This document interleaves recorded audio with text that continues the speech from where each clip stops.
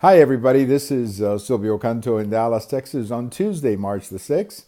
Welcome to our video commentary. Today is primary day here in Texas, so what we're going to do is on Wednesday when we do the podcast and when we do the video commentary, we'll get into that story in further detail. I want to see some of the numbers tonight when they come in to study them and tell you what I think on Wednesday. So check us out on Wednesday. We'll have something to say about the Texas primary.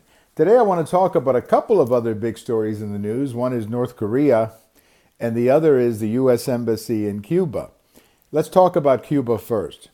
As you may remember, about a half a year ago, some U.S. diplomats in Cuba had to be brought back to the United States with hearing problems and different kinds of problems brought about because of what was called at that time a sonic attack, electronic attack on some of these American diplomats in Cuba. It only happened to American diplomats, and that's, of course, what raises a lot of suspicion. Now, I've written a few posts about this.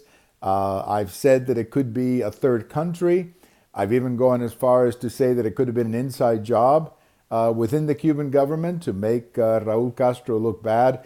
Who knows what the reason is, but the bottom line is that U.S. diplomats were indeed hurt in Cuba by these attacks. So the United States has pulled out much of the staff in Cuba, and the Cuban government is complaining about this, saying that it's all an overreaction. It's not really an overreaction. I mean, when your diplomats are attacked in this fashion and they've suffered, many of them have suffered some real hearing problems because of these attacks. Well, when that happens, you got to protect your diplomats. And what's interesting here is the Cuban government is complaining, but the Cuban government, under international norm, has the responsibility to protect diplomats. And obviously, in this case, they didn't. They didn't. Now, again, we don't know what happened. We're not blaming anybody in particular. All we have is theories as to what may have happened.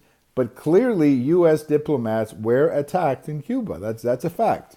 And in some cases, they were hurt pretty badly by these electronic attacks. So the United States has every right to protect its embassy and every right to withdraw its personnel from Cuba. So I don't think the Cuban government has much of a beef here in complaining about the United States action. Now, the other story has to do with North Korea. You may have heard that there's talk of talks, meaning North Korea is saying, hey, we want to talk to South Korea. We want to talk to the United States. Look, I welcome this. I welcome this. I'm very skeptical. I will say this right now up front.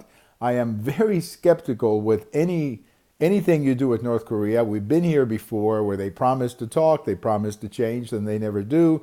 And all they do is take advantage of the time that they've been talking. So I'm skeptical, but at the same time, a couple of things may be different now. The first one is, I think China maybe has been putting some pressure on North Korea to do a little talking here and to change its ways. And of course, the other factor is President Trump, who has been putting pressure on China to bring about some of these things. So maybe this time it's for real. Look, I would love to see some real progress in that peninsula. Nobody wants to have a war in that peninsula. The Chinese don't want a war. The United States doesn't want a war. South Korea doesn't want a war. Who knows what North Korea wants?